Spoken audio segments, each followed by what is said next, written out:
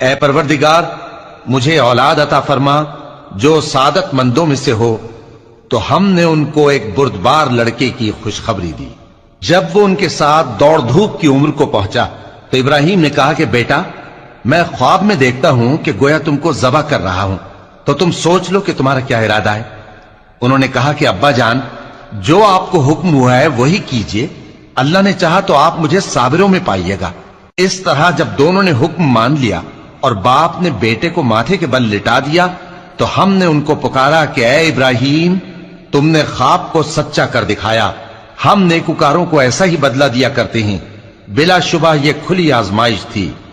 اور ہم نے قربانی کی ایک بڑے جانور سے ان کا یعنی اسماعیل کا فدیہ دیا،